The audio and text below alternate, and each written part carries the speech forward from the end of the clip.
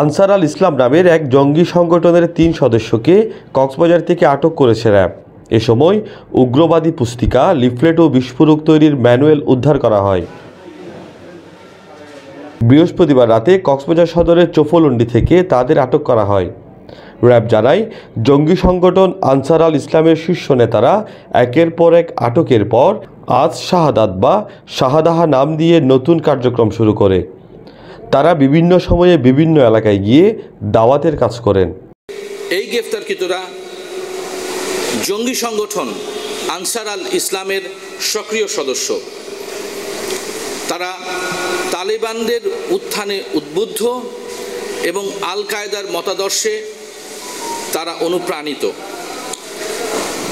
র্যাবের নিয়মিত অভিযান এবং গোয়েন্দা নজরদারিতে যখন আনসার আল ইসলামের শীর্ষস্থানীয় নেতৃবৃন্দ ধরা পড়েছে, এর ফলে তাদের যে কার্যক্রম, সেই কার্যক্রম যখন স্তিমিত হয়ে পড়েছিল, তখন দলের কার্যক্রমকে বেগবান করার জন্য বা গতিশীল করার জন্য নতুনভাবে কর্মী নিয়োগ এবং দাওয়াতি কার্যক্রমকে চালু রাখার জন্য তারা একই মতাদর্শের নতুন একটি নাম আশ-শাহাদা অথবা শাহাদাত নামের নতুন একটি দল খুলে তারা রিক্রুটিং কার্যক্রমে নিয়োজিত ছিল।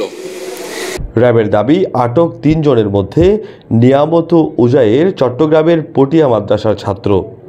কুরবানের ঈদের বন্ধের সময়ে তারা বাড়ি না গিয়ে কক্সবাজার চলে যায়। সেখানে ওই সংগঠনের এক নেতার সাথে পরামর্শ করতে গিয়েছিল তারা।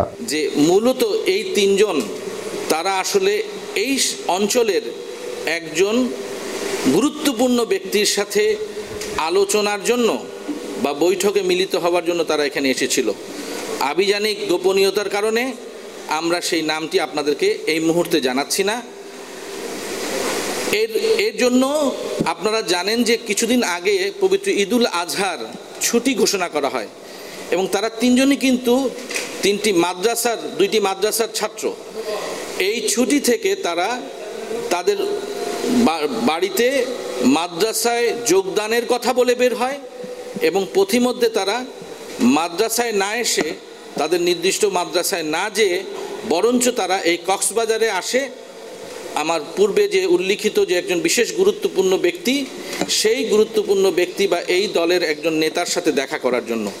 এবং গতকালকে মূলত এরকমই একটি বৈঠকে তারা মিলিত হয়েছিল যখন র্যাবের গোয়েন্দা দলের হাতে তারা ধরা পড়ে। তবে সংবাদ সম্মেলনে সেই শীর্ষ নেতার নাম প্রকাশ করেনি র্যাব।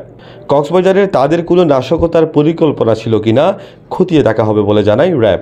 অনুসন্ধানে জানতে পেরেছি যে মূলত এই ৩ জন তারা আসলে এই অঞ্চলের একজন গুরুত্বপূর্ণ ব্যক্তির সাথে আলোচনার জন্য বা বৈঠকে মিলিত হওয়ার জন্য তারা এখানে এসেছিল।